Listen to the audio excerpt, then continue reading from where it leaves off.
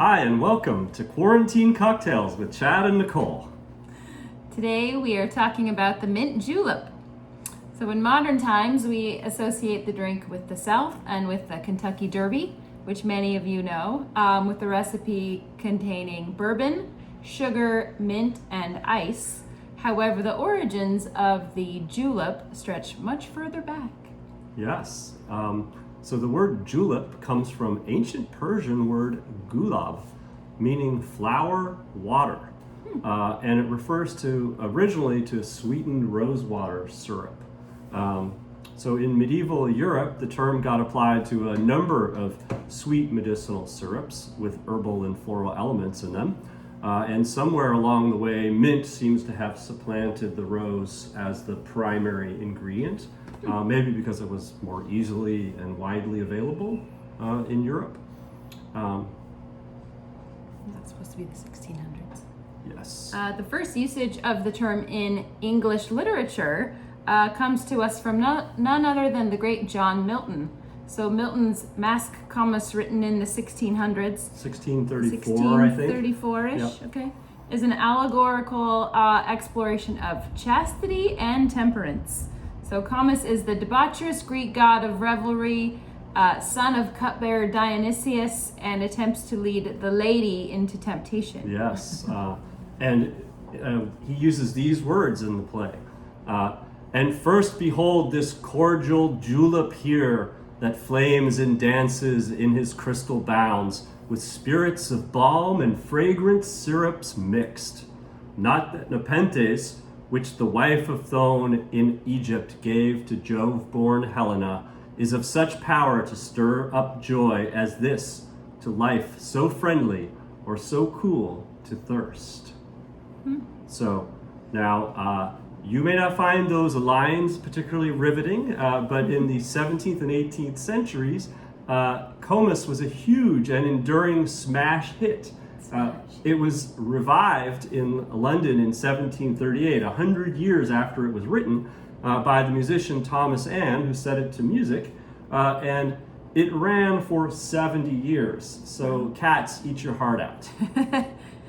Now, you may not find, oh no, you already said that. The julep appears in American colonial era texts and is described as a morning medicinal habit by Southerners to ward off malaria. These early versions of the julep, however, were likely to have contained brandy, rum, or other spirits, and not whiskey, interestingly enough. Although there are reports of whiskey-based juleps as early as 1803.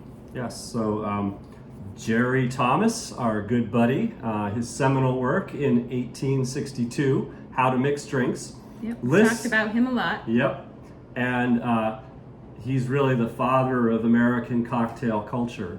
And he lists several different juleps in his book.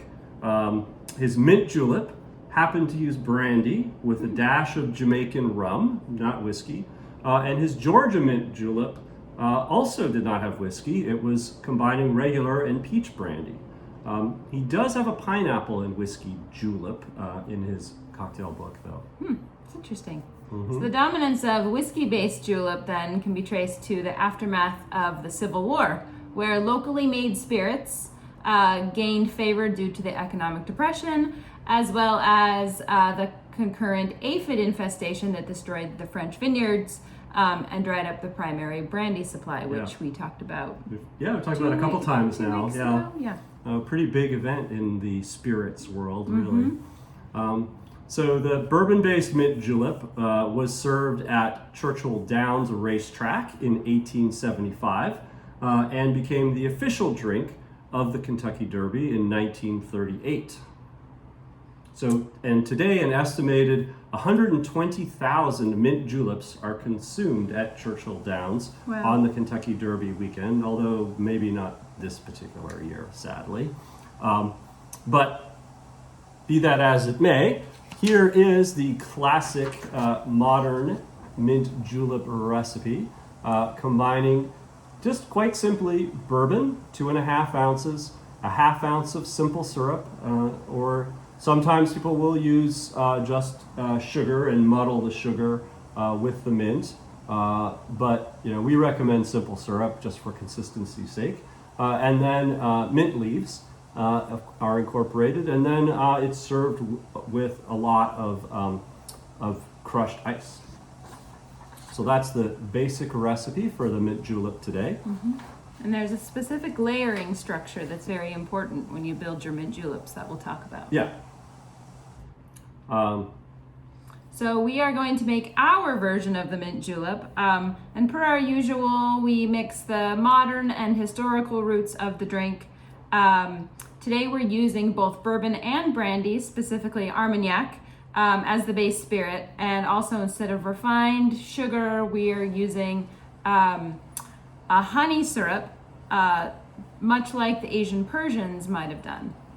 So just as a nod to what we just talked about and the origins of the word julep. Correct. So this is our version.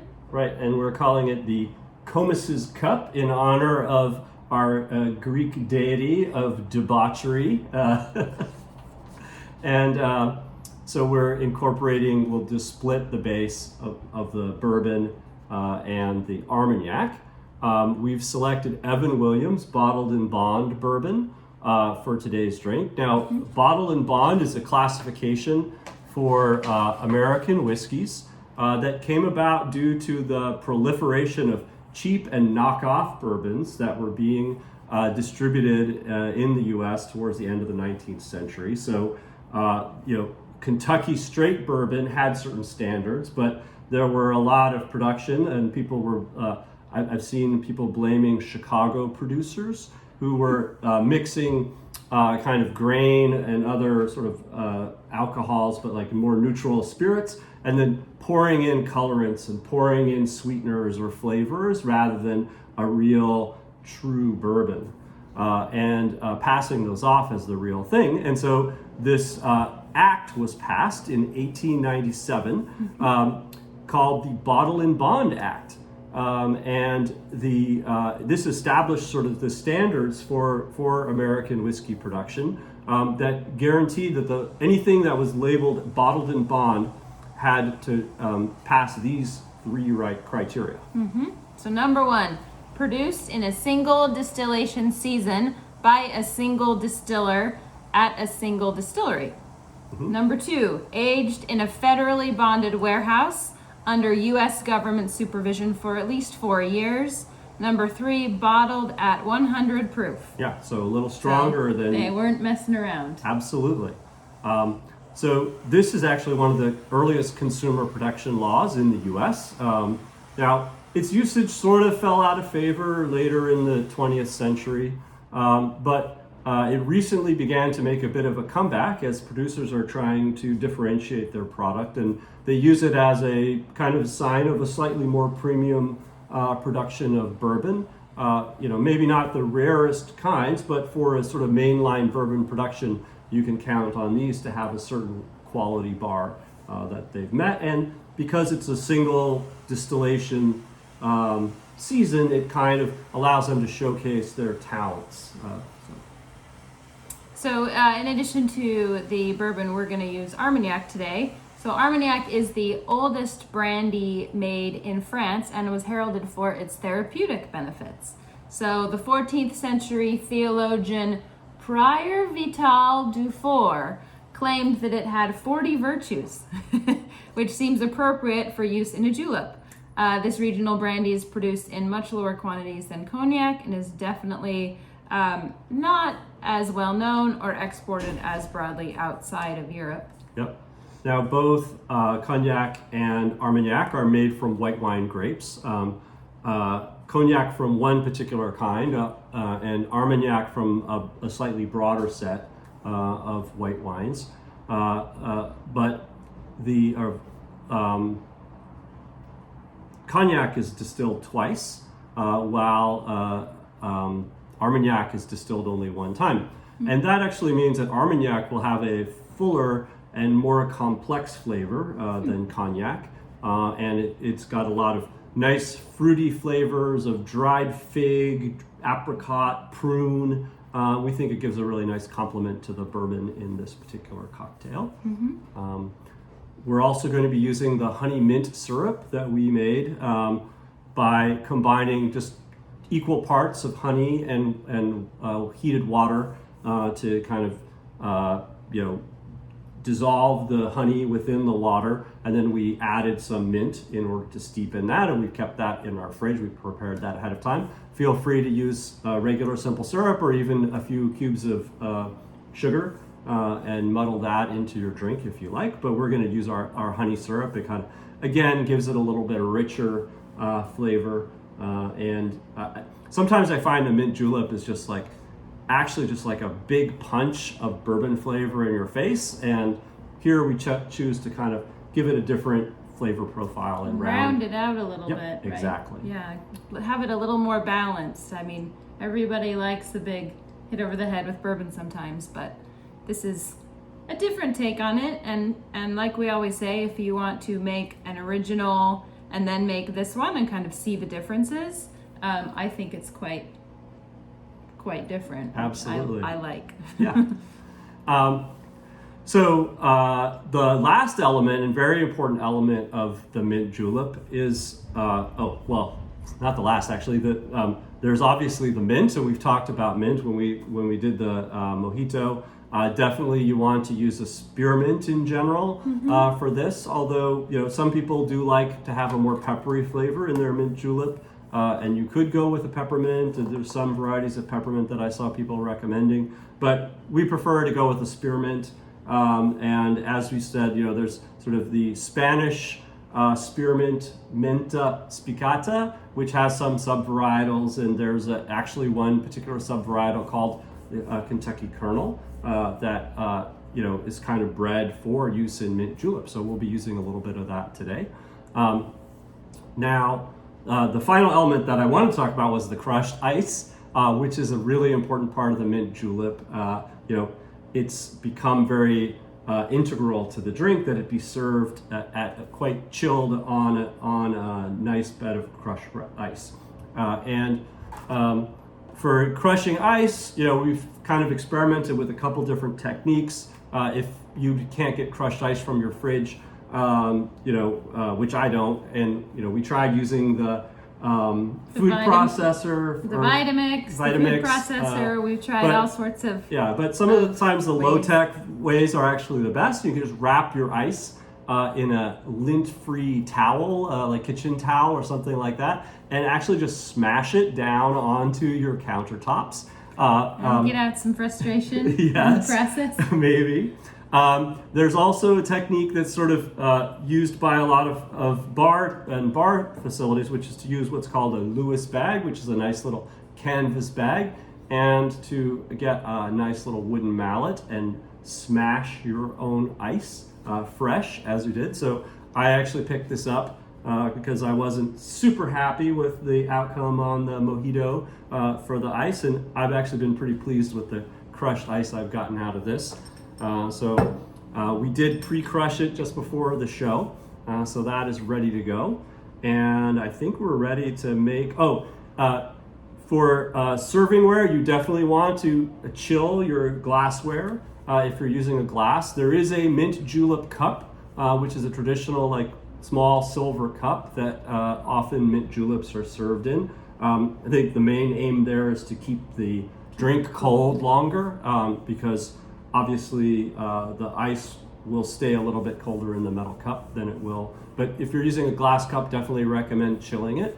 I don't have a mint julep cup, but I do have a fun pineapple metal cup, so we'll be using that for ours today. But just go ahead and make sure your glassware is nice and chilled. Ready to make a drink? Ready. I think we're only going to make one today because they're quite strong. So Nicole and I will share our mint julep. Here's the Bottled and Bond Evan Williams. And you can see that's with the white label. Their standard has a black label. They also have a single barrel, which is excellent actually, and we used that earlier. But today we're trying out the Bottled and Bond. So that is slightly overproof at 50%, as we said. Here is the Armagnac we've selected. It's called Jolité, and this is the producer. Picked this up at Total Wine. We went with the VSOP. Interestingly, the ratings on the VSOP were actually higher than some of the older ones, which were more expensive. So, I've been enjoying this, as you can tell, on its own, actually, just to sip, but it also goes quite nicely in this cocktail. And then we'll get out our ice and our honey mint syrup that we produced, and get that going.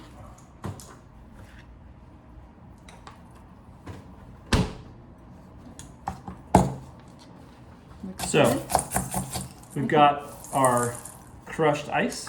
You want to pass me the shaker? We'll build it in the shaker. Gonna show them your cool shaker. Oh yeah, I picked this up, a new shaker for the home bartender from Elevated Craft. It was kind of a Kickstarter thing, and I'm pretty happy with it so far. Still playing around with how it works, but it's pretty good. So I'm going to drop my mint leaves in the bottom there, and you can see I've got a good number of mint leaves. We want to get some nice mint flavor. Now you want it when you select your mint leaves, you want to avoid getting any stems in there because the stems will actually make it a little bitter. So you want to avoid that. Approximately how much? Quarter cup, maybe? I mean, you really don't need that many. Small handful? A small handful, 5 to 10 leaves is what various places are recommending, depending on the size of the leaves that you have. Okay. We'll go ahead and put our... Move these over here. Sure, thank you. We'll go ahead and put a ½ ounce of our honey syrup in. As I said, I'm only making one today, so we'll just go straight with the proportions from the recipe. Okay, and then we're gonna go with 1 1/4. I'm gonna eyeball that just a little bit here. Oh, that's a little bit much.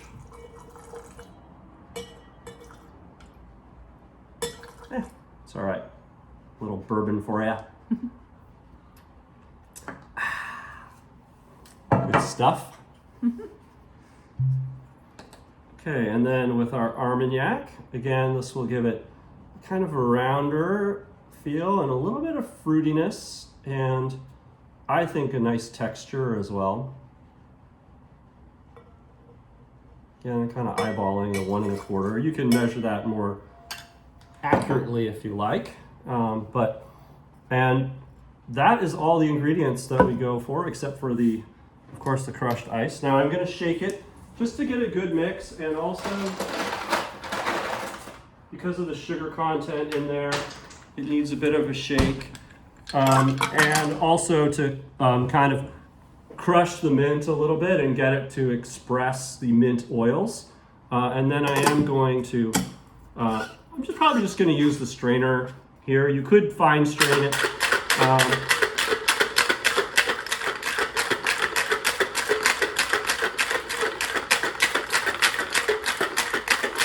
show this again while you're shaking. Absolutely. Now, we don't need to worry necessarily about getting it too diluted because it's going to dilute pretty quickly over the crushed ice in any case. Now, there's a procedure for doing the ice that's recommended, which is to fill your cup about half full with the ice. With the crushed ice? Yes, with the crushed ice that I've got here. So I'm going to fill it about half full. And then I'm going to take my shaken cocktail. I guess I will. Strain it? Nah, it's all right. I'm not going to get too much mint out of it. No. Just big chunks. Yeah. So I'm going to pour my cocktail in over my... You're pouring the whole thing? Pouring the whole thing. Mm-hmm. Getting it all in there. So now I've got kind of a icy slurry in there. Mm-hmm. And they suggest that you churn it. You can use your bar spoon or one of your measuring spoons if you're using a measuring spoon. Just incorporate it with the ice? Yep.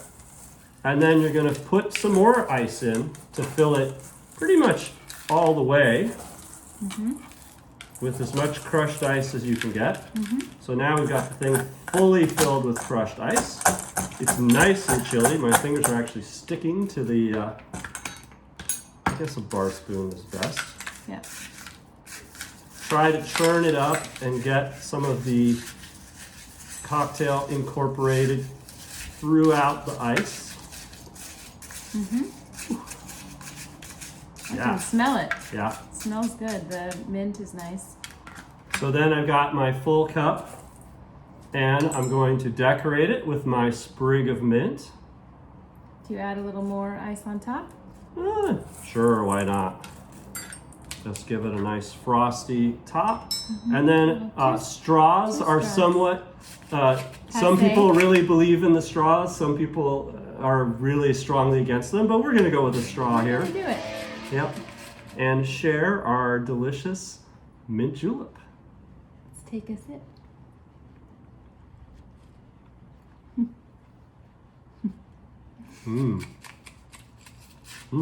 That's pretty good, actually. Yes, yeah. It's a nice, Very nice. yes, julep with its cordials mixed. And the bourbon's there, but it's not like all bourbon all the time, which is really nice. Yeah, I think the Armagnac just really kind of mellows it out and also brings in some of those nice dried fruit flavors. So. You still get the spiciness of the bourbon, though. So Yeah. we hope you like it. Yeah, we hope you enjoy that, and thanks for coming and watching. Hopefully you found some of the info interesting, and we'll see you next week.